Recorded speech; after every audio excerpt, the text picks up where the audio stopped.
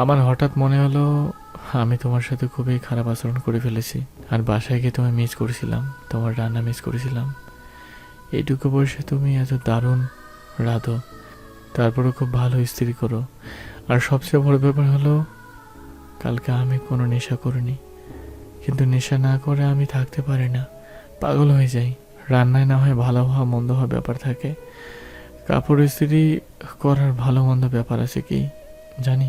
কেমন অস্থির শোনালো পাভেলের গলা। এইটুকু বলেই চলে গেল। নেশার তেষ্টা পেয়েছে বোধহয় তার। নেশায় আসক্ত মানুষ 2 দিন ভাত না খেয়ে থাকতে পারে, কিন্তু নেশা না করে থাকতে পারে না। শ্রাবণী ওসব নিয়ে ভাবলো না, বিছানা ছেড়ে উঠে ফ্রেশ হয়। 2 দিন পর দুইজনার চলার পথ 2 দিকে বাঁক নিবে। অত ভেবে কি হবে? শ্রাবণীর 2 ফুপু আজ চলে যাবে। সেলিনা চৌধুরী আরও কয়েকদিন থাকবেন। সেলিম হোসেন এখন মোটামুটি সুস্থ, 2-3 দিন পরই বাসায় নিয়ে আসবে তাকে। তাছাড়া ঘুমানোর জায়গায় স্বল্পতা, গাদাগাদি করে মেঝেতে ঘুমাতে হয়। এপাশ ওপাশ করাও কষ্টকর। সেলিনা চৌধুরী যে বাজার সদাই করে দিয়েছিল সেগুলো ফুরিয়ে গেছে। ওদিকে পারভিন বেগমও গজগজ করছেন, এখন আবার বাজার করার টাকা কোথায় পাবে? সব মিলে এক প্রকার রাগ করেই তারা চলে যাচ্ছেন। তারা চলে যাওয়ার পর শ্রাবণী রেডি হলো, হাসপাতালে যাবেও। জাইফ এখনো ঘুমাচ্ছে। কাল থেকে শ্রাবণীর মনে হচ্ছে জাইফ ওকে এড়িয়ে চলছে। হঠাৎ কেন জাইফ ওকে এড়িয়ে চলছে? পাবেলকে কিছু বলেছে জাইফকে? দরজা খোলা রেখেই ঘুমাচ্ছে জাইফ।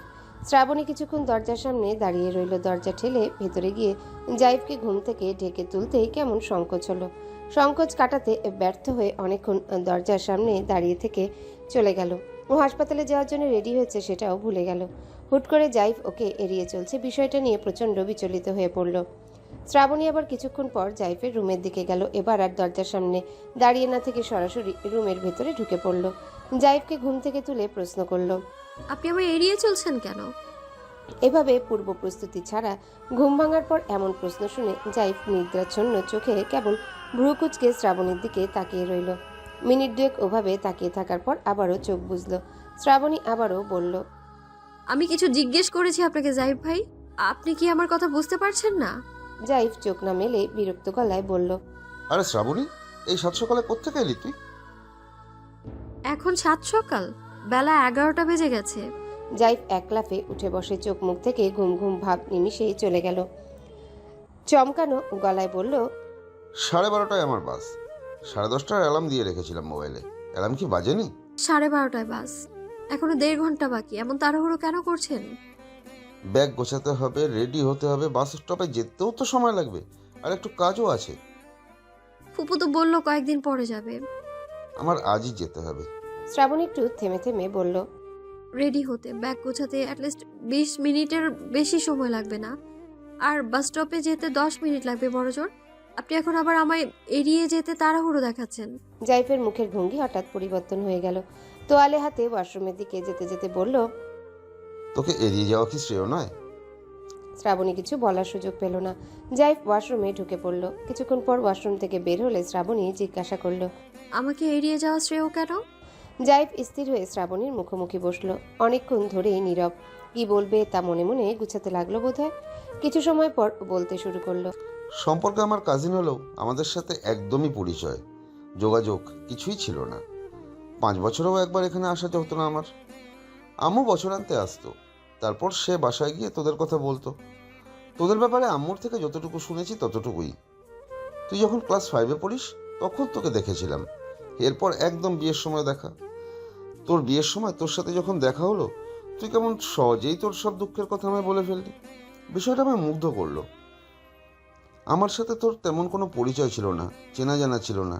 এত স্বল্প পরিচয়ে কাউকে নিজের মনের সমস্ত কথা এভাবে বলে ফেলা যায়? তোকে না দেখলে জানতামই না। তোর কথাগুলো শুনে তোর জন্য আমার ভীষণ সহানুভূতি হলো। তোর অসহায়ত্ব, একাকিত্ব, কাউকে কিছু বলতে না পারার যন্ত্রণাগুলো ওই মুহূর্তে ঠিক তোর মতো করেই আমি অনুভব করলাম। আমার সেই অনুভব, সহানুভূতির থেকেই এ পর্যন্ত আমি তোকে মেন্টাল সাপোর্ট দিয়ে গেছি। ছোটবেলা থেকে অন্যায় অত্যাচার সহ্য করতে করতে তুই কেমন পাথর হয়ে গিয়েছিলি। আমি তোকে অন্যায়ের প্রতিবাদ করতে বললাম। এসব শুধু তোর ভালোর জন্য বলেছি। এসবে আমার কোনো স্বার্থ নেই, তোর প্রতি অন্য কোনো অনুভূতিও নেই আমার। তুই ভুলেছিলি পৃথিবীতে তোর কথা শোনার মতন কেউ নেই। আমি কেবল তোর কথা শোনার সঙ্গী হলাম। জাইফ থামলো। শ্রাবণী বিষণ্ণ গলায় জিজ্ঞাসা করলো, অন্য কোনো অনুভূতির কথা কেন আসছে হঠাৎ? দেখ শ্রাবণী, নাটক করবি না। তোর কাছে ছুরির আঘাত কেন? রাতে ছাদে আমার সাথে কথা বলেছিলিস সেজন্য না? শ্রাবণী প্রচণ্ড চমকে তাকায়। জাইফ একটু থেমে আবারও বলে, তোর হাজব্যান্ড যদি তোকে ভালোবাসতো, তোকে ভালো রাখতো, তোর প্রতি মনোযোগী হতো, তাহলে তো তোর কোনো দুঃখ থাকতো না, আর দুঃখের আলাপ করার জন্য মানুষও খুঁজতে হতো না। শ্রাবণীর চোখ ছলছল করছে, ও কেঁদে ফেলল। আপনি আমার খুব প্রিয় একজন মানুষ জাইফ ভাই। কেবল ভালোবাসার মানুষই প্রিয় মানুষ হয় না। আগুনে দগ্ধ হয়ে ছটফট করা মানুষটার গায়ে যে এক বালতি বরফ শীতল পানি ঢেলে দেয়, সেই ওই মুহূর্তে দগ্ধ হওয়া মানুষটার অতি প্রিয় হয়ে যায়। তখন প্রেম, ভালোবাসা কিংবা বন্ধুত্বের সম্পর্ক লাগে না তখন।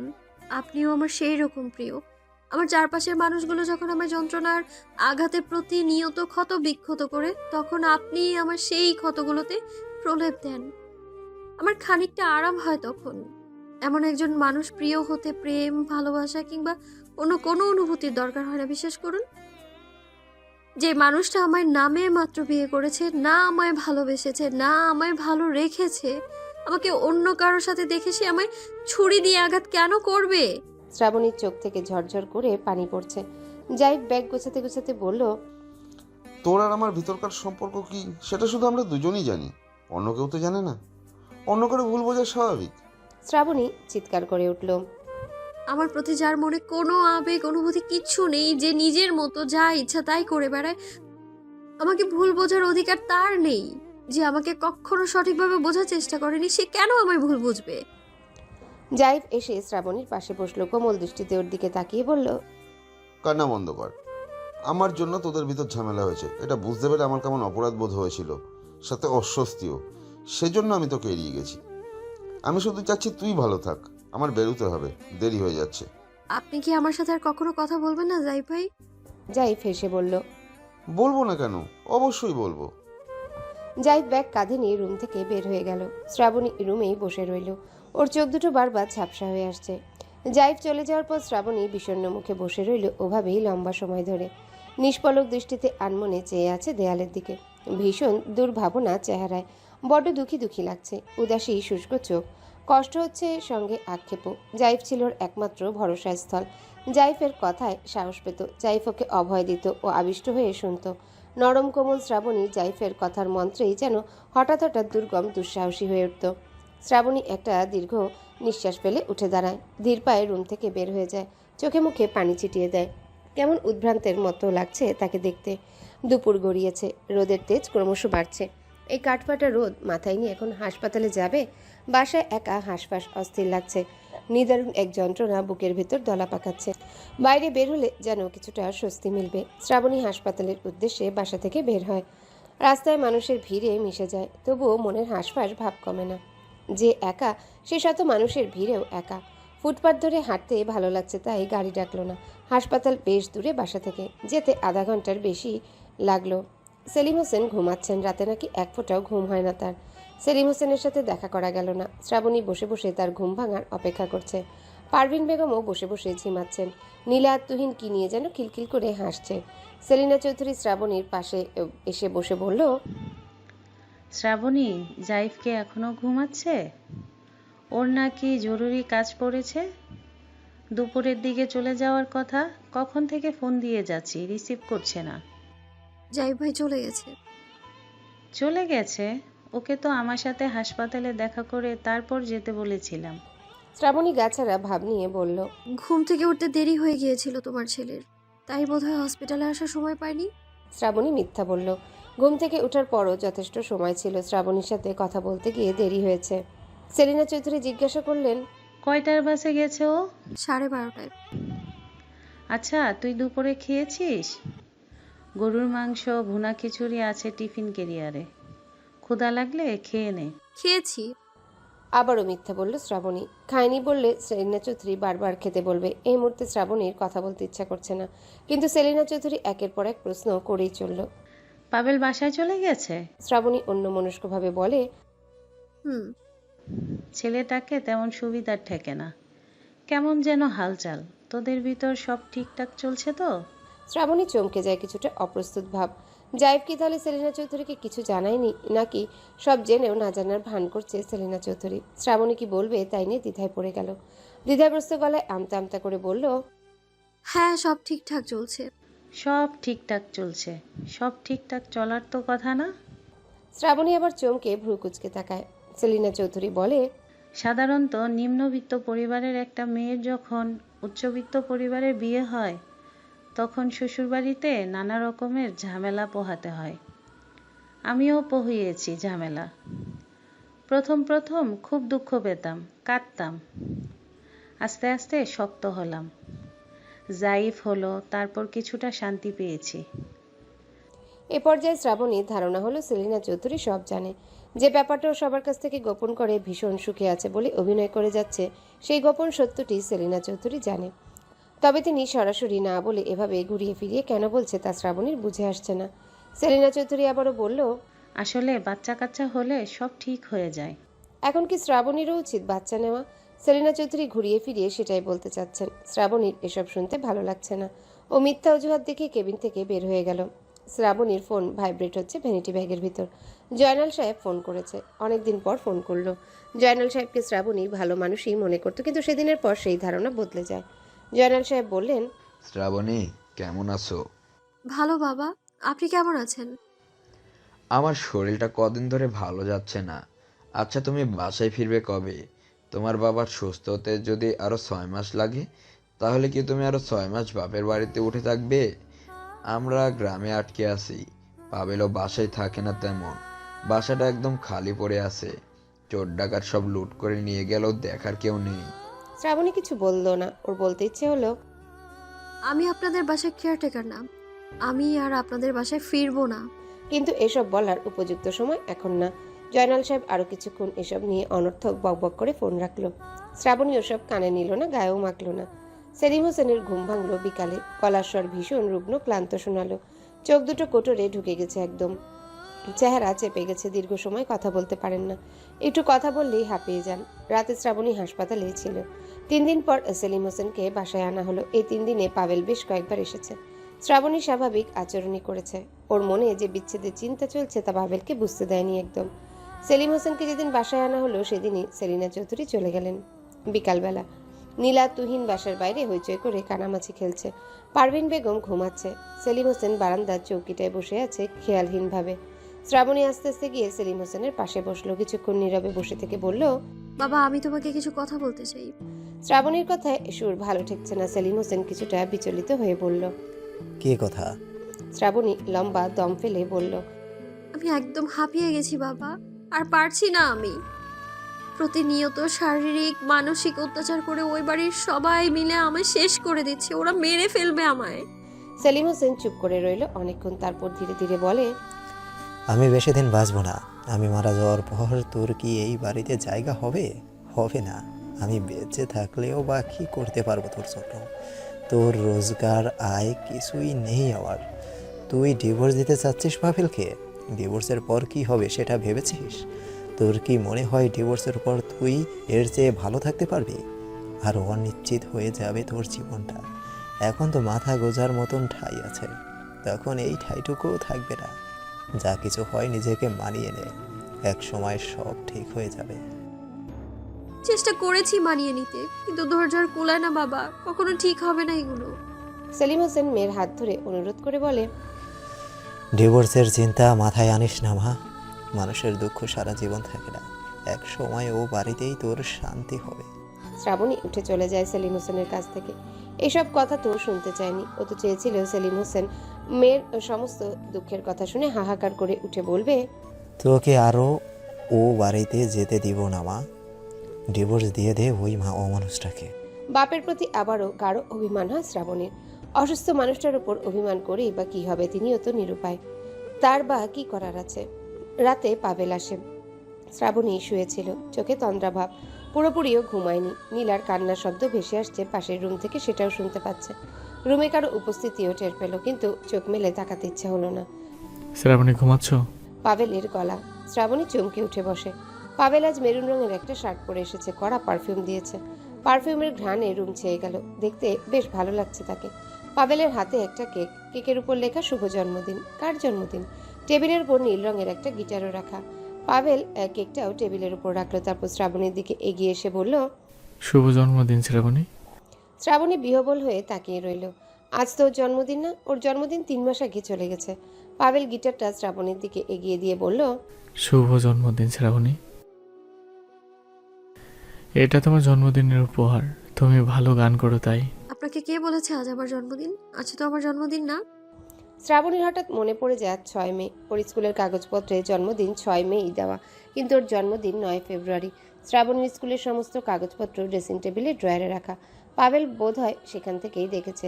জন্মদিন আজ না হোক, কিন্তু পাভেল উপহার কেক নিয়ে এভাবে হাজির হয়েছে, সেই বিষয়েই কাটছে না শ্রাবণীর। পাভেল সামান্য বিব্রত বোধ করল। জন্মদিনে পত্নীকে বিস্মিত করতে উপহার নিয়ে হাজির হয়ে শুনে আজ তার জন্মদিন না, অতি হাস্যকর ব্যাপার। সঙ্গে আবার শুভ জন্মদিন লিখে কেকও নিয়ে এসেছে। পাভেল বিরক্ত মুখে বলে। জন্মদিন 9 ফেব্রুয়ারিতে, তাহলে কাগজপত্রে 6 মে দিয়েছো কেন? জন্মদিন কবে সেই নিয়ে শ্রাবণী ভাবছেন, ওর মাথায় অন্য চিন্তা। পাভেল ওর কাগজপত্র ঘেটে ঘুটে জন্মদিন জেনে উপহার নিয়ে এসেছে, এই নিয়ে বিস্ময়টুকুনি কাটছে না এখনো। সত্যি কি তাহলে শ্রাবণীর জন্য পাভেলের মনে আবেগ অনুভূতি তৈরি হয়েছে? পাভেলের মতন অমন নিষ্ঠুর মানুষের হৃদয়ে এত দ্রুত শ্রাবণী ঠাঁই হয়েছে, নাকি এসব পাভেলের মতিভ্রম? কদিন পর আবারও সেই আগের মতো হয়ে যাবে। একটা মানুষ 2 দিনের ভিতর এতখানি বদলে গেল? কর্কশ রুক্ষ গলা ছেড়ে নরম মোলায়েম গলায় কথা বলছে। নির্দয় হৃদয়ের মানুষটা হঠাৎ করে নমনীয় হয়ে গেল একেবারে। শ্রাবণী এসব নিয়ে নিগুড় ভাবনায় বুঁদ হয়ে রইল। পাভেল এখনো বিরক্ত দৃষ্টিতে তাকিয়ে আছে শ্রাবণীর দিকে, বিভ্রান্ত ভাব নিয়ে বলল। কি ভাবছো এত? জন্মদিন নয় বলে কি কেকটা ফেলে দেব? আমি কি সেই রকমটা একবারও বলেছি? আসলে আমি ভাবছি। কি ভাবছো? শ্রাবণী হাসি ঠাট্টার চলে বিদ্রুপ করে বলল। পৃথিবীতে আজকাল ভালো মানুষের সংখ্যাটা বেড়েছে বোধ হয়। শ্রাবণীর ইঙ্গিত পাভেল ধরতে পারে, কিন্তু ইচ্ছে করে ও প্রসঙ্গে আর কথা বাড়ায় না। বলে। কেকটা কাটো, তারপর আমায় একটা গান শোনাও। শ্রাবণী আজ সবচেয়ে বেশি অবাক হয়েছে গিটারটা দেখে। পাভেল ওর কোনো ব্যাপারে একদমই মনোযোগী নয়। শ্রাবণীর ধারণা ছিল পাভেল জানে না ও খুব ভালো গান করে। ও আগ্রহী গলায় জিজ্ঞাসা করে। আপনি কিভাবে জানেন আমি ভালো গান করি? তুমি তো প্রায় বারান্দায় দাঁড়িয়ে গান করো, ড্রেসিং টেবিলের সামনে বসে চুল আশ্রাতে আশ্রাতে গুনগুন করে, রান্না করতে করতেও গান করো। পাভেল এত সব খেয়াল করে শ্রাবণীর তাও জানা। বিস্মিত গলায় আবারও জিজ্ঞাসা করে। আপনি কিভাবে জানলেন আমার ভীষণ গিটারের শখ? আপনি কি আমার মানুষের মন পড়তে জানেন নাকি? না, আমি মানুষের মন পড়তে পারি না। তুমি ভালো গান করো, সেজন্য গিটার উপর দিয়েছি। কিন্তু আজ তো আমার জন্মদিন না। আবার সেই এক কথা, এই নিয়ে কয়বার বললে কথাটা? জন্মদিন নয় বলে কি এখনই সব ফেলে দেব?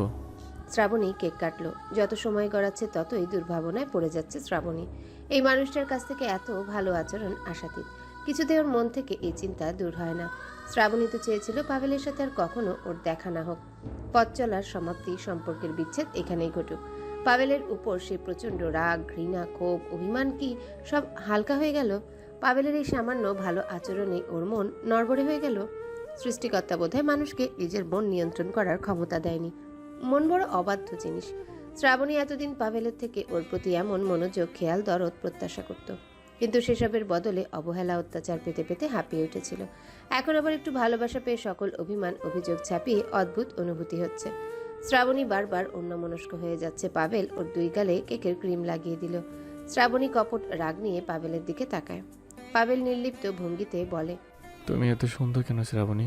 তোমার এই সৌন্দর্য আজকাল আমার ভীষণ টানে। শুধু আমার সৌন্দর্যই আপনাকে টানে, এছাড়া আর কিছু না? সংকোচ নিয়ে প্রশ্ন করে শ্রাবণী। পাভেল প্রত্যুত্তরে শুধু একটু হাসল। শ্রাবণী স্পষ্ট জবাব আশা করেছিল, কিছুটা আশাহত হলো, তবে দ্বিতীয়বার আবার প্রশ্নটা করল না। শ্রাবণী জানে দ্বিতীয়বারও পাভেল শুধু হাসবে। শ্রাবণীর গালে লেগে থাকা কেকের ক্রিম পাভেল নিজেই মুছে দিল, তারপর বলল। এবার গান শোনাও, মিষ্টি রিনি রিনি গলায়। শ্রাবণীর মাথায় এখন নানান চিন্তা। গান গাওয়ার মেজাজ নেই। সেলিম হোসেন যদি আজ ওকে সায় দিত, তাহলে কি ও সত্যি সত্যি পাভেলকে ডিভোর্স দিতে পারত? এই প্রশ্নের উত্তরটা হঠাৎ করে হারিয়ে ফেলে শ্রাবণী। এর কারণ কি হতে পারে? পাভেলের এইটুকু ভালোবাসা বা ভালো আচরণ? ও কি তাহলে ভালোবাসার কাঙ্গাল? একটু ভালোবাসার সহানুভূতি পেলেই সব রাগ, অভিমান ভেঙে গলে যায়। পাভেলের সমস্ত অন্যায়, অপরাধ এত সহজে ক্ষমা করে দেওয়া সমীচীন? ক্ষমা না করি বা উপায় কি? সেলিম হোসেন বলেছে, যাই হোক, মানিয়ে নিতে। মানিয়ে না নিতে পারলে মাথা গোজার ঠাইটুকু হারাবে। এখন তো জাইফোনই। শ্রাবণীর ভরসার জায়গাটা আবার শূন্য। সেদিন চলে যাওয়ার পর থেকে জাইফ একবারও ফোন দেয়নি শ্রাবণীর কাছে। শ্রাবণী নিজে থেকে 2বার দিয়েছে কিন্তু ধরেনি। শ্রাবণীর উপর কিসের রাগ জাইফের? শ্রাবণীও ঠিক করেছে ও আর ফোন দিবে না জাইফের কাছে। নিচে রাগ করছে জাইফের উপর। রাগ নাকি একটা ঘটনার অজুহাতে শ্রাবণীর থেকে নিজেকে গুটিয়ে নিয়েছে কোনো কারণে তাও স্পষ্ট না। পাভেলের অনুরোধে শ্রাবণী গান করতে রাজি হলো। পাভেল আজ হঠাৎ গান শোনার জন্য এত অনুরোধ কেন করছে, এত মরিয়া হয়ে উঠছে কেন কে জানে। সে গিটারটা টেবিলের উপর থেকে নিয়ে শ্রাবণীর দিকে এগিয়ে দিল। শ্রাবণী বলল, আমি গিটার বাজাতে পারি না। পাভেল সামান্য আশাহত হয়ে বলল, আমি তো ভেবেছি তুমি গিটার বাজাতে পারো। গিটারের টুংটাং শব্দ তোলে সুলসুতি গলায় গান করবে তুমি, আর আমি মুগ্ধ হয়ে শুনবো। শ্রাবণী অনিচ্ছাকৃতভাবে খালি গলায় গাইতে শুরু করে। গান শেষ করে শ্রাবণী জানালার ফাঁক দিয়ে আকাশের দিকে চেয়ে থাকে। কি সুন্দর ঝকঝকে জ্যোৎস্না রাত। পাভেল মুগ্ধ গলায় বলল, খুব সুন্দর গেয়েছো শ্রাবণী, আসলে ভীষণ সুন্দর। খুব ভোরে উঠে ব্যাগ গোছানো শুরু করে শ্রাবণী। চলে যাবে আজ পাভেলের সাথে। ভালো হোক মন্দ হোক মানিয়ে নিবে। এ নিয়ে আর কখনো কিছু বলবে না সেলিম হোসেনকে। মেয়ের অভিমান সেলিম হোসেন ধরতে পারে কিন্তু তার কিছু করার সামর্থ্য নেই। ডিভোর্সি একটা মেয়েকে সমাজের মানুষ যে কি চোখে দেখে তা তো শ্রাবণী বুঝবে না।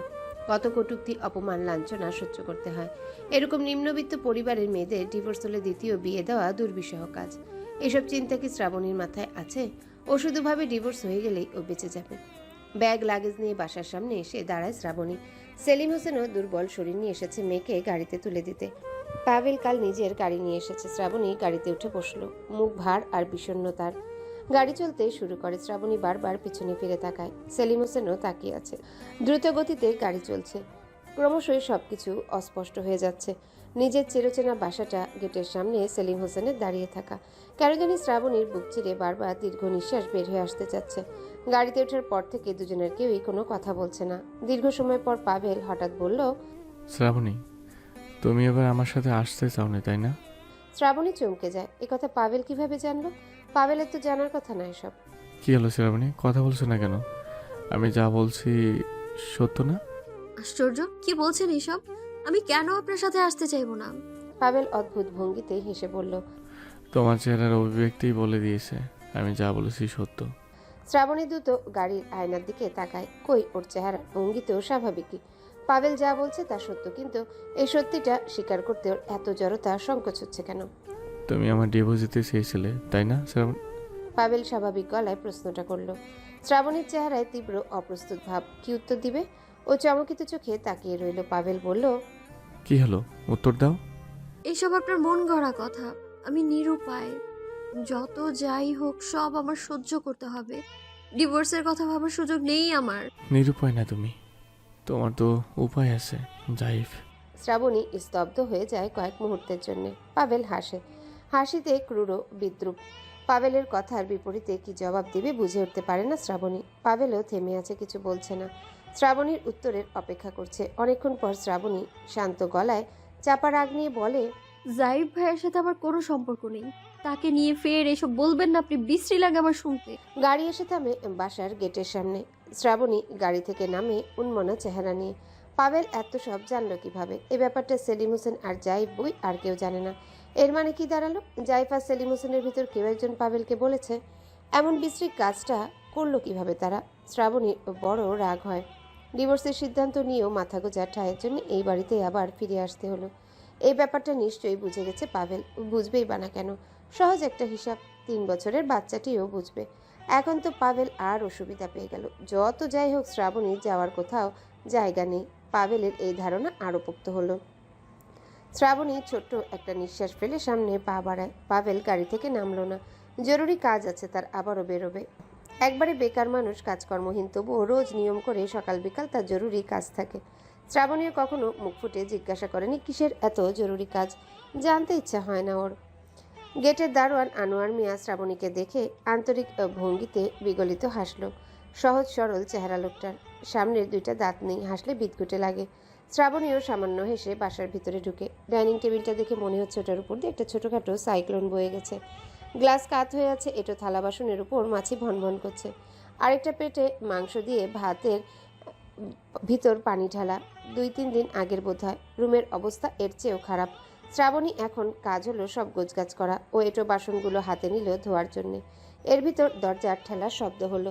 শ্রাবণী ভুলে দরজা না আটকে কেবল চাপিয়ে রেখেছিল। পাভেল তো কেবল গাড়ি নিয়ে বের হলো, আবার ফিরে আসলো কেন? নাকি অন্য কেউ এসেছে? আর কে আসতে পারে? শ্রাবণী দরজার দিকে গেল। আনোয়ার মিয়া এসেছে। শ্রাবণীকে দেখে তিনি আবারও হাসলেন। এই লোকটার সাথে দিনে যতবারই দেখা হবে ততবারই এভাবে হাসবে শ্রাবণী জিজ্ঞাসাসূচক দৃষ্টিতে তাকিয়ে বলল, চাচা আপনি কিছু দরকার? এভাবে দরজা খোলা রাখো কেন? যে কেউ যখন তখন ঢুকে পড়তে পারে। আমি তো সবসময় গেটে থাকি না। আনোয়ার মিয়া একদম শুদ্ধ ভাষায় কথা বলে। ক্লাস 10 পর্যন্ত পড়েছে নাকি। এরপর বাপ মারা গেছে, সেজন্য আর পড়া হয়নি। শ্রাবণীর সাথে একদিন নিজের জীবনের এসব দুঃখের কথা বলেছিল আক্ষেপ করে। শ্রাবণী বলল, আটকাতে ভুলে গিয়েছিলাম। বাসায় তুমি একা, আর কেউ নেই? শ্রাবণী চমকে যায়। মাথায় বিচ্ছিরি একটা চিন্তা আসে। কোনো কুমতলব নিয়ে এসেছে লোকটা? সামান্য ভীত হলো, প্রকাশ করলো না, বলল, না আর কেউ নেই। আনোয়ার মিয়া এসে শ্রাবণীর কাছাকাছি দাঁড়ালো। তোমার সাথে জরুরি কথা আছে শ্রাবণী। ফিসফিস করে সতর্ক গলায় বলল, যাতে আর কেউ শুনতে না পায়। শ্রাবণী বিচলিত হলো। কি করবে এখন? লোকটার উদ্দেশ্য এখনো পরিষ্কার না। মিছিমিছি তার সম্পর্কে মন্দ ভাবা অনুচিত। শ্রাবণী নিজের মনকে স্থির করে বলে, কি জরুরি কথা চাচা? আনোয়ার মিয়া বসে। শ্রাবণী আড়ষ্ট হয়ে দাঁড়িয়ে থাকে দূরে। আনোয়ার মিয়া শ্রাবণীকে বসতে ইঙ্গিত করে। শ্রাবণী কয়েক পা এগিয়ে আসে। আনোয়ার মিয়া ভীষণ উৎকণ্ঠা নিয়ে বলে, কথাগুলো তুমি কাউকে বলতে পারবে না মা। আমি তোমার ভালোর জন্যই তোমায় বলছি। আনোয়ার মিয়ার এমন উৎকণ্ঠা দেখে শ্রাবণী ব্যগ্র হয়ে বলে, না চাচা, কাউকে বলবো না, আপনি বলুন। আনোয়ার মিয়া কিছুক্ষণ চুপ করে থেকে বলল, তুমি তো বেশ কয়েকদিন বাসায় ছিলে না।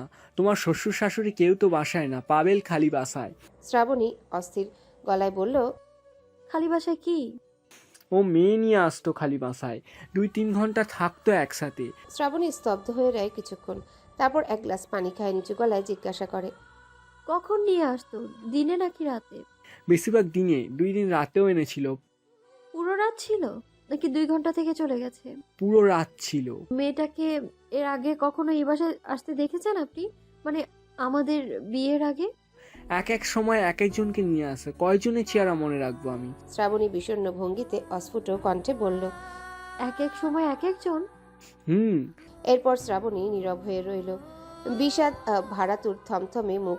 আনোয়ার মিয়াও নিঃশব্দে বসে শ্রাবণীর দিকে তাকিয়ে আছে স্নেহের আর্দ্রতা নিয়ে।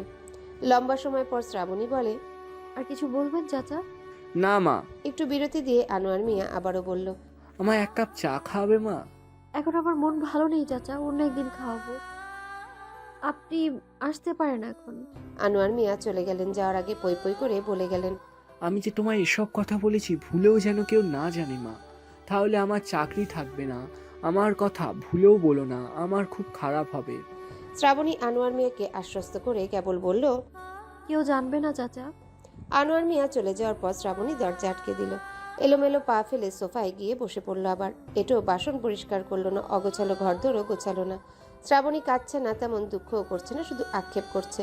এই জন্মে বোধহয় সুখ আর ছোঁয়া হলো না। কিছুক্ষণ পর শ্রাবণী সোফা ছেড়ে উঠে পুরো বাড়ি তন্ন তন্ন করে খুঁজল। বাসার প্রতিটা রুম, বাথরুম। দারোয়ানের কথা অনুযায়ী পাভেল দীর্ঘ সময় থেকেছে মেয়েদের নিয়ে এখানে। কোনো না কোনো চিহ্ন তো থাকবে, কিংবা মেয়েদের কোনো জিনিসপত্র। তোয়ালেগুলো শুকে দেখলো, লেডিস পারফিউমের গন্ধ পাওয়া যায় নাকি।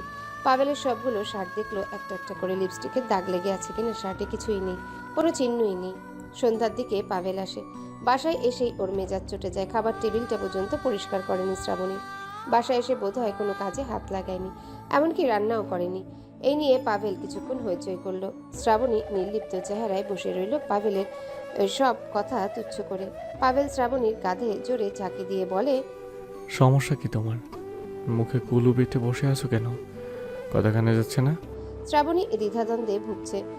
কেন মেয়ে মানুষ নিয়ে বাসায় এসেছে, এসব নিয়ে চেঁচাবে পাভেলের সাথে, নাকি বিষয়টা চেপে যাবে? শ্রাবণীর গায়ে সয় না আর।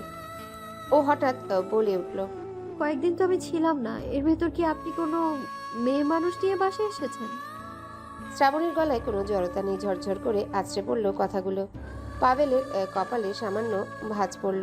ভ্রুকুচকে শ্রাবণীর দিকে তাকিয়ে বলল, কি বলছো এসব? যা বলছি তা কি সত্যি না? আমি মেয়েদের কানের ঝুমকে পেয়েছি বিছানায়। ঝুমকার ব্যাপারটা মিথ্যা। সন্দেহ যেন কোনোভাবে আনোয়ার মিয়ার দিকে না যায় সেজন্য কৌশলে জিজ্ঞাসা করলো। বেচারি গরিব লোক, তাকে সমস্যায় ফেলে লাভ নেই। পাভেল শব্দ করে হেসে বলল। কই দেখাও তো ঝুমকা। শ্রাবণী ক্ষুব্ধ গলায় বলল। ভেঙে ফেলে দিয়েছি। পাভেল ঘনিষ্ঠ হয়ে বসলো শ্রাবণীর পাশে। শ্রাবণীর কানের কাছে মুখ নিয়ে বলে চলে। এসব পুরোপুরি তোমার মন করার কথা শ্রাবণী। মেয়ে মানুষ নিয়ে বাসায় আসার মতো ঝুঁকি আমি কেন নেব? মেয়ে মানুষ নিয়ে সময় কাটানোর তো জায়গা আছে, বাসায় কেন? শ্রাবণী পাল্টা প্রশ্ন করে। ফাঁকা বাসা থাকতে অন্য জায়গায় গিয়ে পয়সা খরচ কেন করবেন? ফালতু বকবক করা বন্ধ করা শ্রাবণী, মেজাজ খারাপ হচ্ছে আবার। শ্রাবণী চিৎকার করে ওঠে। আর কত সহ্য করবে পাভেলের এই দ্বৈত আচরণ? পাভেলের মুখে কেবল বিরক্তি। কোথায় কেন ঝুমকা? দেখাও আমায়, কোথায় ভেঙে ফেলেছো? ভাঙ্গা টুকরো দেখাও। ক্রোধে গর্জন করে ওঠে পাভেল। একটু দম ফেলে আবারও বলে। আমার সাথে সংসার করার ইচ্ছা নেই তোমার, তাই রোজ রোজ মন গড়া কাহিনী বানিয়ে ঝামেলা সৃষ্টি করছো। কয়েকদিন আগেই বলেছো আমি তোমার কিডন্যাপ করেছি, এখন আবার বলছো ফাঁকা বাসায় আমি মেয়েদের নিয়ে থাকি। শ্রাবণীর চিৎকার থেমে গেল। কিডন্যাপের ব্যাপারটা এখন অবধি পরিষ্কার হলো না, কিছুই জানা যায়নি আর। শ্রাবণী এই ব্যাপারটা প্রায় ভুলতে বসেছিল, আজ আবার পাভেল মনে করিয়ে দিল। আর পাভেল আজও সব অস্বীকার করছে, তার কাছে কথা ছোঁয়ানোই যাচ্ছে না। মনে হচ্ছে একদম নিরীহ নির্দোষ সে। এত বড় পাপ কাজ কেউ স্বীকার করবে না। শ্রাবণীর সব রাগ ক্রোধ গলে দুঃখে গড়ালো, চোখ ভিজে আসছে। পাভেলের ক্রোধও শান্ত হলো। ও শ্রাবণীর হাত দুটো ধরে নরম গলায় বলল। বিশ্বাস করো শ্রাবণী, তুমি যা ধারণা করছো সব ভুল। মায়ের কসম, কোনো মেয়ে নিয়ে বাসায় আসিনি আমি। পাভেল মিথ্যা বলছে নাকি দারোয়ান? দারোয়ান কেন মিথ্যা বলবে? মিথ্যা বলে তার কি লাভ? অন্যদিকে পাভেল এমনভাবে বলছে যে তাকেও অবিশ্বাস করা যায় না। দ্বিধায় পড়ে যায় শ্রাবণী, সঙ্গে দোটানা। কাল দারোয়ানকে অবশ্যই ডাকবে আবার, পাভেল যখন বাসায় থাকবে না। বাসায় ডাকার সুযোগ না পেলে ও নিজেই দারোয়ানের কাছে যাবে। শ্রাবণী এখন আর চেঁচামেচি করছে না, নিঃশব্দে গম্ভীর মুখে বসে আছে। পাভেল ভীষণ ধূর্ত ও চতুর, কোনো পরিস্থিতি কিভাবে সামাল দিতে হয় তা সে ভালোই জানে। এই ধূর্ত লোকটাকে বিশ্বাস করা বড় কঠিন। দারোয়ান সহজ সরল সাটর্দ বুড়ো লোক, সে মিথ্যা বলতে পারে না। পাভেল ক্লান্ত গলায় বলল। আজে বাজে চিন্তা মাথা থেকে ছেড়ে ফেলতে হচ্ছে শ্রাবণী, যাও রান্না বসাও, ক্ষুধা লেগেছে। শ্রাবণী হ্যাঁ না কিছু না বলে রুম থেকে বের হয়ে গেল। পাভেল চেয়ে দেখলো শ্রাবণী রান্নাঘরের দিকেই যাচ্ছে। ও ছোট্ট একটা নিঃশ্বাস ফেলে ল্যাপটপ নিয়ে বসে। ঘন্টা দুয়েক পর রান্না শেষ করে যন্ত্রের মতন ডাকলো শ্রাবণী। রান্না হয়েছে, খেয়ে নিন। পাভেল আসছি বলেও 10 মিনিট ধরে ল্যাপটপ নিয়ে বসে থাকে। আচমকায় শ্রাবণী এসে ছোঁ মেরে পাভেলের সামনে থেকে ল্যাপটপটা সরিয়ে নিয়ে বিছানার অপর পাশে ছুঁড়ে মারে। পাভেল পরম আশ্চর্যে শ্রাবণীর দিকে তাকায়। এই মেয়েটা আজকাল ওকে একদমই ভয় পায় না। পাভেল চাপা রাগ নিয়ে বলে। তুমি এটা কি করলে? শ্রাবণী ঝাঁঝালো গলায় বলে। কখন খেতে রেখেছি আপনার? আর খাবার টেবিলে বেড়ে প্লেটে তুলে দিতে হয় আপনাদের, প্লেটে নিয়েও মুখে তুলতে পারেন না। সেই কখন খাবার বেড়ে রেখেছি, খেতে বসে বলবেন খাবার ঠান্ডা হয়ে গেছে, গরম করে দাও। খাওয়ার সময় আবার সামনে বসে থাকতে হয়, এটা ওটা এগিয়ে দিতে হয়। আমি আপনাদের বাড়ির কাজের মানুষ, মাসে হাজার হাজার টাকা খরচ করতে পারেন, শুধু 3-4 হাজার টাকা বেতন দিয়ে একটা কাজের মানুষ রাখতে পারেন না? ছেলের বউ ঘরে তুলেই আপনার মা কাজের মানুষ বিদায় করে দিয়েছে। আজকাল থেকে খুব বেশি মুখ চলে তোমার, আজকাল থেকে খুব বেশি মুখ চলে তোমার। এত সাহস আছে কোথা থেকে? মানুষ যখন অধৈর্য তিক্ত হয়ে যায় তখন সাহস আপনা আপনি বেড়ে যায়। পাভেল কথা বাড়ায় না, যেন শ্রাবণী রাগকে গুরুত্ব দিচ্ছে না। খেতে বসে বলে। শ্রাবণী খাবার তো ঠান্ডা হয়ে গেছে, গরম করে দাও। শ্রাবণী দেখলো খাবার ঠান্ডা হয়নি, গরমই আছে। পাভেল হাসছে, শ্রাবণীর সাথে ঠাট্টা করছে ও রাগ বাড়াতে। আশ্চর্য, এই লোকটা আজকাল এমন হাবভাব কেন করছে? শ্রাবণী রেগে গেলেও গুরুত্ব দেয় না, চিৎকার চেঁচামেচি করলেও চুপ থাকে। পাভেল খাবার মুখে দিতে দিতে বলে। বুঝলে শ্রাবণী, ঘরের বউয়ের রাগ যত কম গুরুত্ব দেওয়া যায় ততই ভালো। তারা চিৎকার চেঁচামেচি করে গলা ফাটিয়ে ফেললেও নীরব থাকতে হয়, তাহলে সংসারে শান্তির অভাব হয় না। শ্রাবণী চোখ বড় বড় করে তাকিয়ে আছে পাভেলের মুখের দিকে। তার মাথায় এই বদবুদ্ধি ঢুকালো কি? পাভেল যেন শ্রাবণীর চিন্তাটা ধরে ফেলল।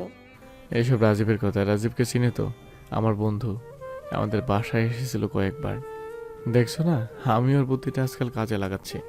বিয়ে যখন করেই ফেলেছি তখন সংসারের একটু শান্তি বজায় রাখা উচিত। সারাদিন পর বাসায় ফিরে সামান্য শান্তি যদি না পাওয়া যায়। শ্রাবণী গ্লাসে পানি ঢালতে ঢালতে বলে। সারাদিন বাসার বাড়ি কি করেন আপনি? আপনার তো কোনো কাজকর্ম নেই।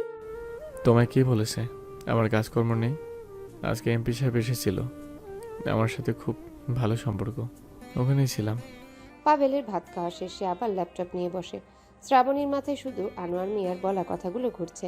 পাভেলের মুখের দিকে তাকাতেই ঘেন্না হয় এই মানুষটাকে বুঝতে ব্যর্থ হোক। সকালবেলা পাভেল বাসা থেকে বের হওয়ার একটু পরেই মিজানুদ্দিন বাজার নিয়ে আসে। মিজানুদ্দিন নামক লোকটা মাঝে মধ্যে এই বাসায় টুকটাক কাজ করে দেয়। বাজার সদাই করে দেওয়া, বাগানের গাছে পানি দেওয়া, আগাছা পরিষ্কার করা, এই জাতীয় কাজকর্ম। শ্রাবণী মিজানুদ্দিনকে বলে, আপনি যাওয়ার সময় দারোয়ান চাচাকে বলেন আমি তাকে রাখছি। মিজানুদ্দিন গেটের সামনে থেকে ফিরে এসে শ্রাবণীকে জানায় আনোয়ার মিয়া গেটে নেই। এই লোকটা শুধু ফাঁকিবাজি করে। হয়তো চা খেতে গেছে, নয়তো চায়ের দোকানে বসে বসে সিনেমা দেখায় মজেছে। দুপুরের দিকে আনোয়ার মিয়া নিজেই আসলেন। শ্রাবণী তাকে দেখে বলল, সকালে কোথায় ছিলেন? এসে ভালো করেছেন, কথা ছিল আমার আপনার সাথে। আনোয়ার মিয়া সতর্ক গলায় বলে, পাবেল বাসায়? উহু, তুমি তাকে জিজ্ঞেস করেছো সব? হুম, নিশ্চয়ই অস্বীকার করেছে। হ্যাঁ। আমি আগে থেকেই জানতাম অস্বীকার করবে। এ বাসায় কাজ করি অনেক বছর ধরে, খুব ভালো করে চিনি ওকে। গেটের সামনে গাড়ি থেমেছে, সেরকমই শব্দ পাওয়া গেল। আনোয়ার মিয়া ব্যস্ত গলায় বলল, পাবেল এসে গেছে বোধহয়, আমি আসছি এখন। আনোয়ার মিয়া দ্রুত পায়ে সিঁড়ি ভেঙে নামতে লাগলো। নিচতলা সিঁড়িতে পাবেলের সাথে দেখা হয়ে গেল। পাবেল বাসায় ঢুকে শ্রাবণীকে জিজ্ঞাসা করে। দারোয়ান চাচা বাসায় এসেছিল? শ্রাবণী কি বলবে ভেবে পেল না। আনোয়ার মিয়ার সাথে পাবেলের নিশ্চয়ই দেখা হয়েছে সিঁড়িতে। তিনি পাবেলকে কি বলেছে কে জানে। দুজন যদি দুই রকম কথা বলে তাহলে পাবেল সন্দেহ করবে। পাবেল আবারও বলল। কথা বলছো না যে? শ্রাবণী হালকা হেসে স্বাভাবিক ভঙ্গিতে বলল, আমি ডেকেছিলাম একটু, বেডরুমের ফ্যানটা চলছে না, দেখেন তো একটু। শ্রাবণী চতুরতার সাথে কথা ঘোরায়। পাবেল ফ্যান ছেড়ে দেখলো ঠিকঠাক চলছে। ফ্যান ঠিকঠাক চলছে? কথা ঘোরাচ্ছ কেন? দারোয়ান কেন এসেছিল? পাবেল শ্রাবণীর থেকে এক কাঠি সরেস যেন। শ্রাবণী চমকে যায়, উত্তর খুঁজে পায় না। পাবেলও এই প্রসঙ্গে কিছু জিজ্ঞেস করে না ফের। শ্রাবণী স্বস্তির নিঃশ্বাস ফেলে। 2 দিন পর শ্রাবণীর এসএসসির রেজাল্ট দেয়। রেজাল্ট ভালো হয়। ওর শ্বশুর শাশুড়ি তখনও গ্রামে। পাবেল সেদিন অনেক রাত করে বাসায় ফিরে। এই মুহূর্তে শ্রাবণীর মাথায় সবচেয়ে বড় চিন্তা কলেজে ভর্তি নিয়ে। পাবেল কি রাজি হবে শ্রাবণীকে কলেজে ভর্তি করাতে? দেয়ালে টাঙানো ঘড়িটা ঢং ঢং করে জানিয়ে দেয় রাত 12টা বাজে। শ্রাবণী পাবেলকে বলে, রেজাল্ট দিয়েছে আমার, কদিন বাদেই কলেজে ভর্তি শুরু হবে। তুমি কি আরো পড়তে চাও? শ্রাবণীর মুখ ফ্যাকাশে হয়ে যায়, কপালে ভাঁজ পড়ে। পাবেলের সুর ভালো লাগছে না। শ্রাবণী কিছু বলার আগে পাবেল আবারও বলল, বাবা মা বাসায় ফেরুক, তাদের বলে দেখো তারা কি বলে। শ্রাবণী অবাক হয়। শ্রাবণীর কলেজের ভর্তির ব্যাপারে পাবেলের মতের চেয়ে জয়নাল সাহেব আর ফরিদা বেগমের মতের গুরুত্ব বেশি। ও নিচু গলায় বলল, তারা কবে ফিরবে? পাবেল আধাশোয়া হয়ে সিগারেট ধরায়। কিছুক্ষণ পর বলে, জমি জমা নিয়ে ঝামেলা শেষ হচ্ছে না, আরো কয়েকদিন লাগতে পারে। আমি তো এই বাড়িতে আসার পর থেকে আপনাকে কোনো কাজ করতে কিংবা কোনো সিদ্ধান্ত নিতে আপনার বাবা মায়ের উপর নির্ভরশীল হতে দেখিনি। এখন ভর্তির কথা বলতেই তাদের গুরুত্ব বেড়ে গেল। শ্রাবণীর শীতল গলায় চাপার আগের ফুলকি। পাবেল বিরক্তি নিয়ে বলে, শ্রাবণী, এত যন্ত্রণা করো না তো। আচ্ছা, বিয়ের আগে কি এমন কোনো কথা ছিল যে বিয়ের পর তোমাকে পড়াবো? শ্রাবণী দৃঢ় গলায় বলে, হ্যাঁ। কে বলেছে পড়ানোর কথা? বাবা? হুম। তাহলে তুমি বাবাকেই বলো কলেজে ভর্তি করানোর কথা। পাবেল একটু থেমে বলে, বিয়ের পর মেয়েদের লেখাপড়া হয়, সংসার সামলানো না কি লেখাপড়া? শ্রাবণী উত্তর দেয় না। পাবেল একটার পর একটা সিগারেট ধরাচ্ছে। শ্রাবণী একই ভঙ্গিতে বসে আছে অনেকক্ষণ ধরে, চেহারায় গুমট ভাব। ওভাবে বসে আছো কেন? লাইট অফ করে শুয়ে পড়ো। পড়াশোনার ব্যাপারে এত সিরিয়াস তো এই বয়সে বিয়ে করেছে কেন? বিয়ে কেন করেছে এই প্রশ্নটা কেন জানি শ্রাবণীর হৃদয়ে যন্ত্রণা সৃষ্টি করলো। বিচ্ছিরি তীব্র যন্ত্রণা। পিছনের সমস্ত দুঃখের স্মৃতি তাজা করে দিল। ওর চোখ দুটো ঝাপসা হয়ে যাচ্ছে বারবার। শ্রাবণী ওর দুঃখের আলাপ পাবেলের সাথে কখনো করে নাই, করার মতো সম্পর্কও নেই। পাবেল বলল, রাত অনেক হয়েছে, লাইট অফ করে শুয়ে পড়েছে রাবণী। তোমার ভর্তির ব্যাপারে বাবার সাথে কথা বলবো কালকে। এখন কান্নাকাটি বন্ধ করো, শান্তিতে ঘুমাতে দাও। আপনার বাবা যদি বলে ভর্তি করাবে না, তাহলে? এত কথা কেন বলছো? ঘড়ির দিকে তাকিয়ে দেখো কটা বাজে। শ্রাবণী ঘড়ির দিকে তাকিয়ে দেখে 1:30 বেজেছে। ওর ঘুম পেল না। লাইট বন্ধ করে ঝিম ধরে বিছানার এক কোণে বসে রইল, ঘুমালো না। লেখাপড়াই ওর জন্য একমাত্র উপায়। নিজের পরিচয় তৈরি করা, সুন্দর করে বাঁচার। নিজের আত্মসম্মান খুইয়ে এ বাড়িতে শুধু খাওয়া পড়ার জন্য পড়ে থাকার নাম তো জীবন নয়। জীবনের পথ চলা এখনো অনেক বাকি। পর্ব 27। শ্রাবণীর ভর্তির ব্যাপারটা নিয়ে পাবেল পুরোপুরি চেপে গেল। কেবল বলল, বাবা মা গ্রাম থেকে ফেরুক। সেলিনা চৌধুরী শ্রাবণীকে ফোন করে জিজ্ঞাসা করলো, রেজাল্ট কেমন হয়েছে? শ্রাবণী বলল, ভালো হয়েছে। শ্রাবণীর ফোন নাম্বার সেলিনা চৌধুরীর কাছে ছিল না, নিশ্চয়ই জাইফ দিয়েছে। সেবারের পর থেকে জাইফের সাথে শ্রাবণীর আর যোগাযোগ হয়নি। শ্রাবণীও যোগাযোগ করার চেষ্টা করেনি। শ্রাবণীর উপর জাইফের কিসের রাগ? রাগ করার যৌক্তিকতাটা কি? সেলিনা চৌধুরী বলল, কলেজে ভর্তি করাবে তোকে? আমার শ্বশুর শাশুড়ি গ্রামে, তারা আসলে তারপর জানা যাবে। পাবেল তো বাসায়, সে কি বলে? শ্রাবণী চুপ থাকে। সেলিনা চৌধুরী বলে, শোন শ্রাবণী, লেখাপড়া বাদ দিস না। যত যাই হোক লেখাপড়াটা অন্তত কর। ভবিষ্যৎ বলতে তাহলে কিছু একটা হবে। আমার ফোন নাম্বার তোমায় কে দিয়েছে জাইব ভাই? এসব কথা বলতে নিশ্চয়ই সে শিখিয়ে দিয়েছে। তোর কেন মনে হচ্ছে এসব জাইদ বলতে বলেছে আমায়? আমি বুঝি ফুপু, অস্বীকার করো না। জাইব ভাই কেমন আছে? পড়াশোনার চাপে আছে খুব, সামনে অনার্স ফাইনাল ইয়ারের পরীক্ষা। সেলিনা চৌধুরী একটা দম ফেলে গাঢ় গলায় আবারও বলে, আমি জাইদকে বলেছি তোর সাথে যোগাযোগ বন্ধ করতে। শ্রাবণী, তুই আমার উপর রাগ করিস না। কষ্টে থাকা মানুষ যখন কারো কাছ থেকে সহানুভূতি পায় তখন তার প্রতি একটা ভালো লাগা তৈরি হয়ে যায়। আমি চাইনি তোদের ভিতরকার ভালো লাগাটা অন্য কিছুতে গড়াক। তাছাড়া এসব নিয়ে তোর আর পাবেলের ভিতরও ঝামেলা হচ্ছে। এভাবে চলতে চলতে হয়তো তোর আর জাইফের ভিতর একটা অনুভূতি সৃষ্টি হয়ে যেত, যেটাকে পরকীয়া বলে। হয়তো পরিবার আর সমাজের কথা ভেবে এই অনুভূতির কথা কেউ কাউকে বলতে পারতি না, দুজনেই জ্বলে পুড়ে মরতি। শ্রাবণী নীরব, ওর চোখ দুটো টলমল করছে। সেলিনা চৌধুরী বলে, আমাদের সমাজে একটা মেয়ে স্বামীর কাছে যতই অবহেলা, অত্যাচার, অনাদার পাক, তবুও তার মনোযোগে তার স্বামীর প্রতিই থাকতে হবে। সে একটু ভালো লাগা কিংবা ভালো থাকার খোঁজে কাউকে বন্ধু হিসাবে পাওয়ার ইচ্ছেও প্রকাশ করতে পারে না। তাহলেই সেটা পরকীয়া হয়। পরকীয়া মানে ভয়াবহ জঘন্য পাপ। শ্রাবণীর চোখ থেকে নিঃশব্দে 2 ফোঁটা জল গড়ালো। ও কান্না চাপিয়ে বলল, ফুপু, জাইব ভাই আর আমার মাঝে ওইরকম কোনো সম্পর্ক কিংবা কোনো অনুভূতি ছিল না। তা আমি জানি শ্রাবণী, আমি কি বলতে চেয়েছি সেটা কি তুই বুঝছিস? সেটা কি তুই বুঝিসনি? তোদের ভিতর সবচেয়ে বড় সত্য, তোরা দুজন ছেলে মেয়ে বন্ধুর মতন পাশে থাকতে থাকতেও গোপন একটা অনুভূতি তৈরি হয়ে যেতে পারে। তার উপর তুই বিবাহিতা, আমরা মানুষ, ভালোবাসার কাঙ্গাল, ভালোবাসা পাওয়ার আকাঙ্ক্ষা আমাদের সবার মনে আছে। শ্রাবণী এভাবে কখনো ভাবেনি, এসব ওর মাথায় আসেনি, কি বলবে খুঁজে পায় না। সেলিনা চৌধুরী ফের বলে, এসব কথা শুনে তোর আমার উপর রাগ হতে পারে, অভিমান হতে পারে, কিন্তু কথাগুলো তিক্ত হলেও সত্য। শ্রাবণীও এই সত্যি মেনে নিল। আসলেই তো সবচেয়ে বড় সত্য, ওরা দুজন ছেলে মেয়ে। শ্রাবণী বলে, না ফুপু, আমি রাগ করিনি। তোর শ্বশুরবাড়ির লোকজন যদি তোকে ভর্তি করাতে না চায় তাহলে আমি তোকে ভর্তি করব। তোর লেখাপড়ার খরচও আমি দিব। মানুষের এত করুণ আমি নিতে পারবো না ফুপু। তার মানে তুই আমার উপর রাগ করেছিস, অভিমান করে এসব বলছিস? অভিমান কোথায় দেখলে? অন্যের এত করুণা নিতে কারই বা ভালো লাগে বলো? এখন রাখছি ফুপু, পরে কথা বলবো। শ্রাবণী ফোন রাখে। পাবেল ডাকছে।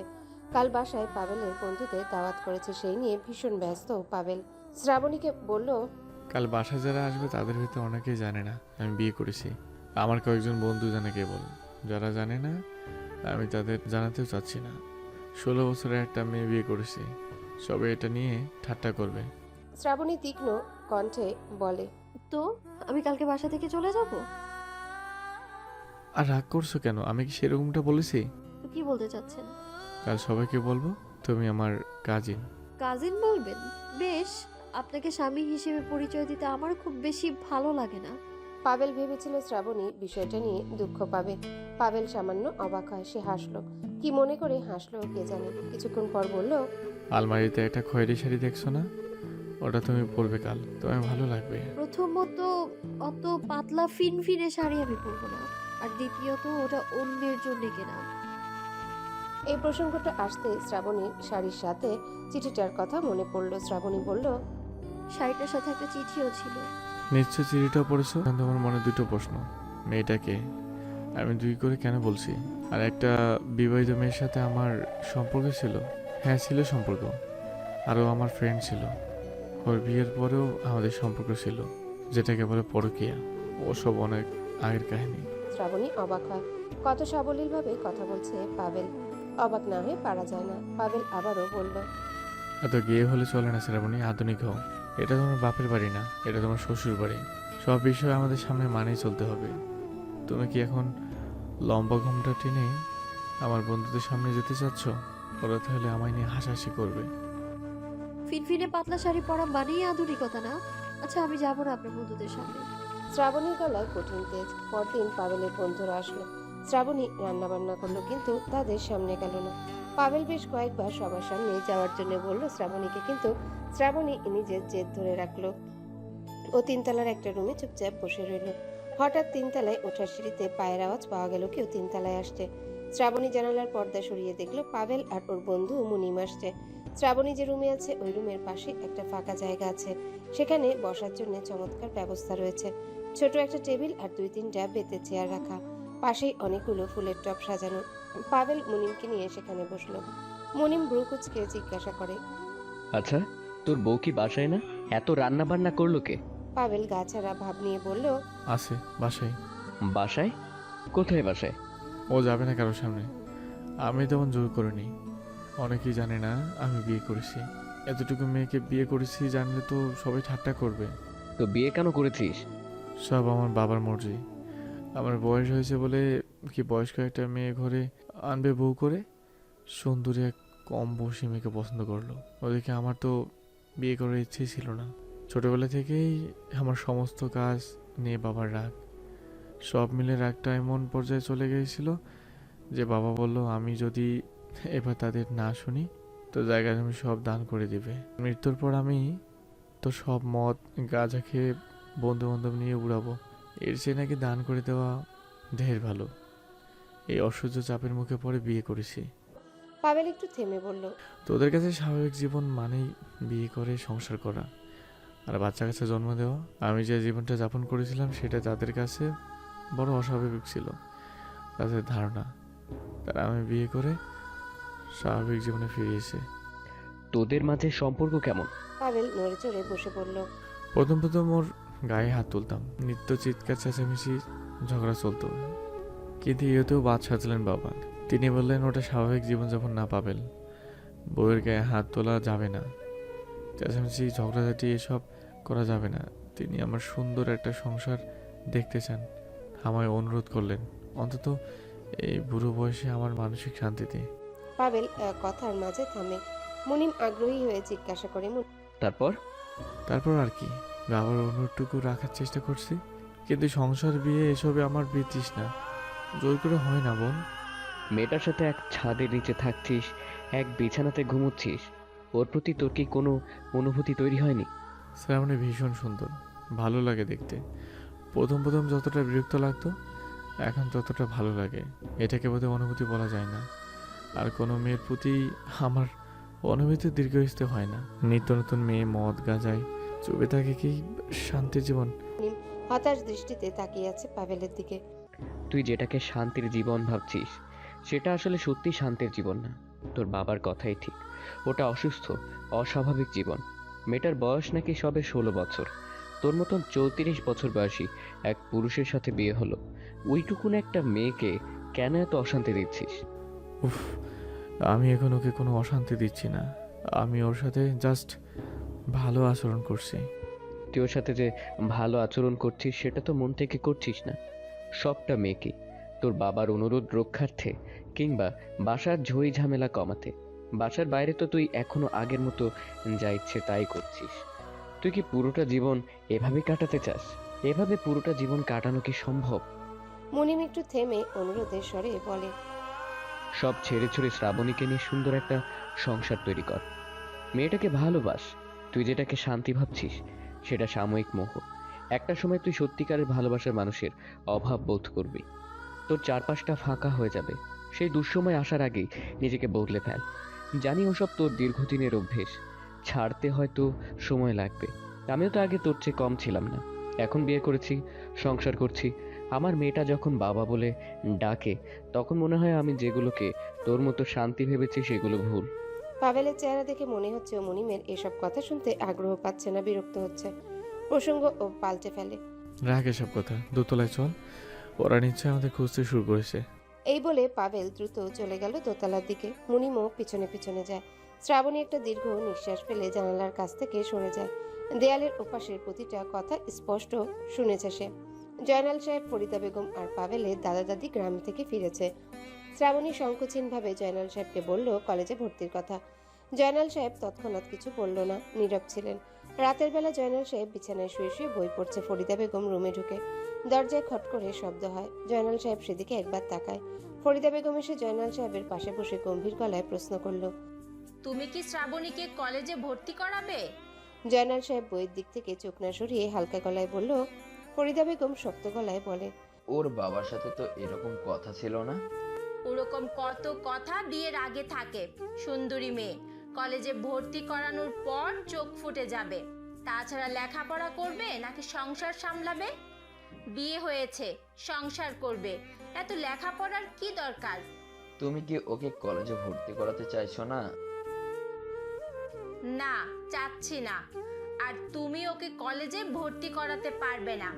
এই পর্যন্তই। অন্যের মেয়ে আমরা কেন পড়াবো টাকা খরচা করে? এত শিক্ষিত বউয়ের দরকার নেই। ঠিকঠাক সংসার করুক, ওই যথেষ্ট। ফরিদা বেগমের এসব কথার পর জয়নাল সাহেব শ্রাবণীকে স্রেফ বলে দেয়, সংসার করো, আর লেখাপড়ার দরকার নেই। শ্রাবণীর মনে অদম্য ইচ্ছে, সঙ্গে জেদ, এত সহজেও হাল ছাড়বে না। শ্রাবণীর ভাগ্যটা বোধহয় এবার সুপ্রসন্ন হলো।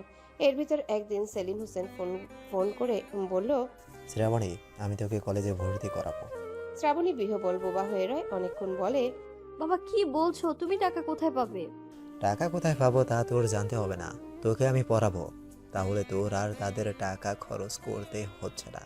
তারপরও যদি তারা এ ব্যাপারে ঝামেলা করে তো তুই ওই বাসা ছেড়ে কলেজের হোস্টেলে গিয়ে থাকবি। সরকারি কলেজ, তত খরচ যাবে না। সেলিম হোসেন শ্রাবণীর শ্বশুর বাড়ির সবার অমতে ওকে কলেজে ভর্তি করিয়ে দেয়। পুরো বিষয়টা শ্রাবণীর কাছে স্বপ্নের মতো লাগছে। শ্রাবণীর ভয় হয় যেন ঘুম ভাঙতেই স্বপ্নটাও ভেঙে যাবে। সেলিম হোসেনের হঠাৎ এরকম পদক্ষেপে শ্রাবণী বারবার বিহ্বল, বিস্মিত হয়ে যায়। সেলিম হোসেন বলে, নতুন একটা কাজ ধরেছি, বেশ ভালো টাকা পাবো, তোর পড়াশোনার খরচ চালাতে অসুবিধা হবে না, এ নিয়ে তুই চিন্তা করিস না। শ্রাবণীর এই প্রথম মনে হলো পৃথিবীতে ওর ভরসা করার মতো শক্ত একটা জায়গা আছে। ওর মাথার উপরে প্রায় মৃত বটবৃক্ষটা যেন নতুন করে ডালপালা ছড়িয়েছে আবার। এত প্রশান্তি, এত স্বস্তি শ্রাবণীর জীবনে এই বোধহয় প্রথম। সবার মতের বিরুদ্ধে গিয়ে এভাবে কলেজে ভর্তি হওয়ার দুঃসাহস দেখে শ্রাবণীর শ্বশুরবাড়ির সবাই রোশানলে চলছে, এমনকি পাভেলও। বাসায় তুলকালাম কাণ্ড হয়ে গেল। কয়েকদিন ধরেই এই ঝামেলা চলতেই থাকলো। ফরিদা বেগম শ্রাবণীর গালে থাপ্পড়ও মেরে বসলেন। সঙ্গে সঙ্গে শ্রাবণী সেলিম হোসেনকে ফোন দিয়ে বলল, বাবা তুমি কলেজের হোস্টেলে থাকার কথা বলছিলে না? আমি কলেজের হোস্টেলেই থাকবো, তুমি ম্যানেজ করো। শ্রাবণী নিজের সমস্ত কাগজপত্র, কাপড় চোপড় গুছিয়ে নিল। পাভেল প্রচন্ড অবাক, সঙ্গে বাসার সবাই। শ্রাবণী বাসা ছেড়ে সত্যিই বের হয়ে গেল। তারপর কলেজের হোস্টেলে গিয়ে উঠল। আকাশি রঙের তিনতলা বাসাটা জুড়ে গুমোট ভাব, নিগুড় নৈশব্দতা। পাভেল বাচ্চাবে গা ডুবিয়ে আছে বিক্ষিপ্ত মেজাজে। কি ভয়াবহ দুঃসাহস 16 বছর বয়সী ওইটুকু মেয়েটার। বাড়ির সবার তর্জন গর্জন সমস্ত কিছু তুচ্ছ করে ব্যাগ লাগেজ নিয়ে বের হয়ে গেল অবিচলভাবে। পাভেলের রাগ চড়ে যায়, সংবরণ করতে পারে না কিছুতেই।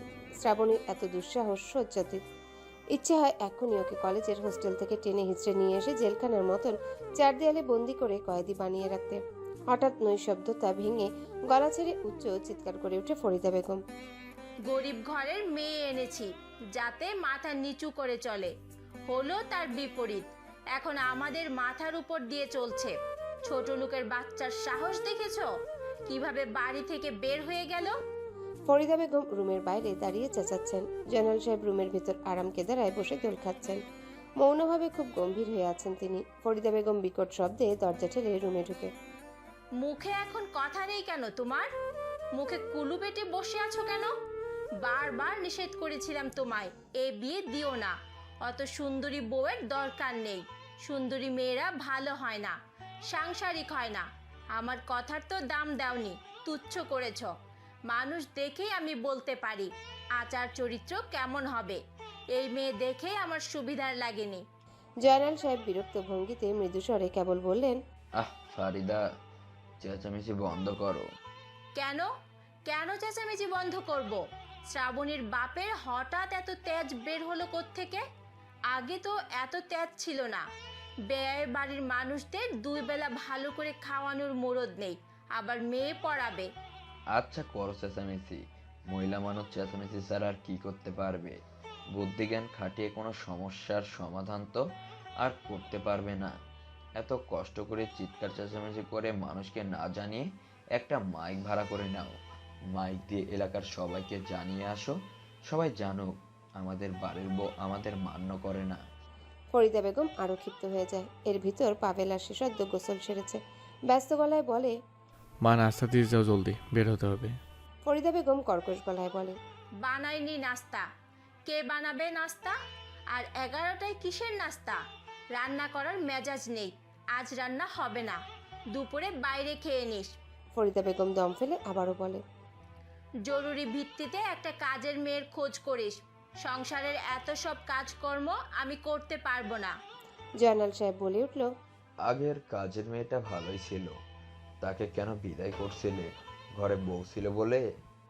তো ঘরে বউ থাকতে কাজের মেয়ের কি দরকার? সংসারের সামান্য কাজটুকু করতে পারবে না? জয়নাল সাহেব পাভেলকে বলে, শ্রাবণীকে হোস্টেল থেকে বুঝিয়ে সুঝিয়ে নিয়ে আয়, অল্প বয়সী মেয়েদের জেদ এমনিতেই বেশি, আরও পেয়েছে বাপের আশকারা, বাপটাও আস্ত একটা বদমাস। মেয়ের বিয়ে হয়েছে, শ্বশুর বাড়ির লোকজনের ইচ্ছে হলে পড়াবে, না হলে নয়। তিনি এসছে মাতাব্বরি করতে। ফরিদা বেগম শক্ত গলায় বলেন, কিসের জন্য পাবেল ওকে আনতে যাবে? তুই একদম যাবি না পাবেল। শ্রাবণী আর ওর বাপের তেজ কতদিন থাকে দেখি, আর অমন মেয়ে ফের ঘরে না আনাই ভালো। জয়নাল সাহেব বললেন, তুমি কি ডিভোর্সের কথা বলছো? হ্যাঁ বলছি, মেয়ের অভাব পড়েনি, ডিভোর্সের পর দিন আবার ছেলে বিয়ে করাতে পারবো। ছেলেকে প্রতিদিন 12টা বিয়ে করাতে পারবো না, কিন্তু বউ একটাও থাকবে না। বউয়ের প্রতি তার কোনো মনোযোগ আছে? বউয়ের চেয়ে মদ গাঁজার প্রতি তার মনোযোগ বেশি। এই তিক্ত সত্য কথাগুলো শুনতে পাভেলের ভালো লাগছে না। ও গাড়ি নিয়ে বেরিয়ে পড়ে। এক বন্ধুর বাসায় ডিনারের দাওয়াত, সেখানে যাবে। বাসা ঢাকার বাইরে, যেতে যেতে সময় লাগবে, বিকাল হবে। পিচঢালা রাস্তার বুক চিরে তীব্র গতিতে চলে গাড়ি। শ্রাবণী হোস্টেলে উঠেছে আজ 3 দিন। এখানে কারোর সাথে তেমন আলাপ হয়নি ওর। শ্রাবণীর রুমে আরও 3টা মেয়ে আছে, তাদের সাথে টুকটাক কথা হয়েছে। শ্রাবণী চাপা স্বভাবের, অপরিচিত কারোর সাথে সহজে সখ্যতা করতে পারে না। স্কুলে ওর তেমন কোনো ভালো বন্ধু ছিল না। তাছাড়া শ্রাবণীর মন ভালো নেই, কথা বলতেও ভালো লাগে না। সারাক্ষণ চুপচাপ গম্ভীর থাকে, চেহারা বিষণ্ণ, দুঃখী দুঃখী, গভীর একটা দুঃখ লুকানো যেন। অপরিচিত জায়গা, সম্পূর্ণ নতুন এক পরিবেশ, নতুন এক জীবন। চারপাশটা কেমন ফাঁকা ফাঁকা লাগে, শূন্যতা, চরম একাকিত্ব। এখানকার খাবার দাবার ওর মুখে রোচে না, রান্না বাজে। শ্রাবণীর পাশের বেডে তিথি নামের মেয়েটা মায়ের কাছে ফোন করে বাচ্চাদের মতো কাঁদছে। এখানে তার মন টিকছে না, খাবার দাবার ভালো লাগে না, বিস্বাদ লাগছে সবকিছু। শ্রাবণীর বুকের ভিতর হাহাকার করে ওঠে, সঙ্গে আক্ষেপও হয়। মায়ের অভাববোধ সারা জীবনই ছিল, আমৃত্যু থেকে যাবে। তিথি মেয়েটা কাঁদতে কাঁদতে ডাকলো, মা, মা। থেমে থেমে দুবার বলল, আহারে কি মধুর ডাক, কি গাঢ় মমতা। শ্রাবণী দীর্ঘ নিঃশ্বাস ফেলে। তিথি হঠাৎ শ্রাবণীর দিকে ফোনটা এগিয়ে দিয়ে ভেজা গলায় বলল, আম্মু তোমার সাথে কথা বলবে। শ্রাবণী ফোনটা নেয় অপ্রস্তুতভাবে। ওপাশ থেকে তিথির মা ব্যাকুল গলায় বলে, তিথিকে একটু সঙ্গ দিও মা, আমার মেয়েটা একটু বোকা বোকা, কারোর সাথে মিশতে পারে না, খাতিরও জমাতে পারে না, আমাকে ছাড়া থাকতেও পারে না, আমার হাতের রান্না ছাড়া মুখেও তুলতে পারে না। শ্রাবণী ভদ্রমহিলাকে আশ্বস্ত করে। তিনি রুমের বাকি 2 জনকেও বললেন এই কথা। তিথি তার একমাত্র সন্তান, অনেক আদরের। তিথির বাবা নেই। মেয়ের সামান্য মন খারাপে তিনি বিচলিত হয়ে যায়। শ্রাবণী বাসা ছেড়ে চলে আসার পর কেউ ওর খোঁজ নেয়নি, খোঁজ নিবে বলেও আশা করেনি শ্রাবণী। পাবেল বোধহয় হাফ ছেড়ে বেঁচেছে। জয়নাল সাহেবের অনুরোধ রক্ষার্থে তার আর সংসারমুখী হওয়ার অভিনয় করতে হবে না। শ্রাবণীর পড়ায় মন বসছে না, ক্লাসে বারবার অমনোযোগী হয়ে যায়। না চাইতেও মাথায় নানান চিন্তা চলে আসে, ও স্বাভাবিক হতে পারছে না। কোথায় যেন খেই হারিয়ে ফেলেছে। ভয়াবহ এক মানসিক অত্যাচার, অশান্তি, দুশ্চিন্তা থেকে বের হয়ে এসেছে। সেজন্য বোধহয় স্বাভাবিক হতে সময় লাগবে। নিজেকে সামলাতে একটু সময় দেওয়া প্রয়োজন। রুমের সবাই পড়ছে, শ্রাবণী বাদে ওর মাথা ব্যথা করছে। 9টা বাজতেই শুয়ে পড়ল।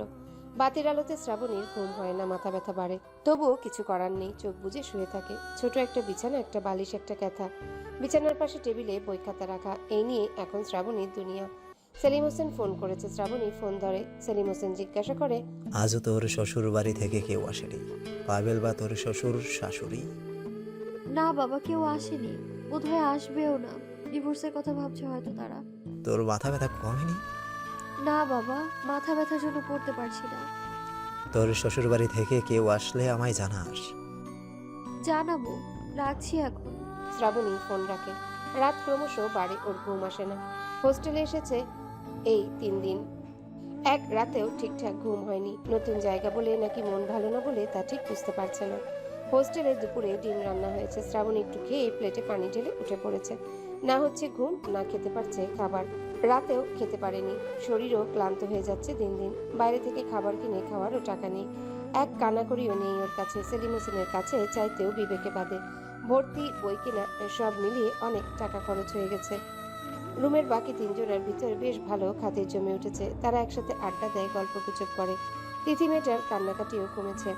তিথির মায়ের অনুরোধ শ্রাবণী রাখতে পারেনি, তিথিকে সঙ্গ দিতে পারেনি। বিকালবেলা শ্রাবণী বই হাতে বসে বসে ঝিমাচ্ছে।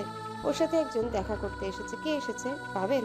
শ্রাবণী প্রথম পাবেলের নামটাই মনে আসে। সেলিম হোসেন আসলে অবশ্যই শ্রাবণীকে জানিয়ে আসতো। শ্রাবণীর ধারণা ঠিক, পাবেল এসেছে।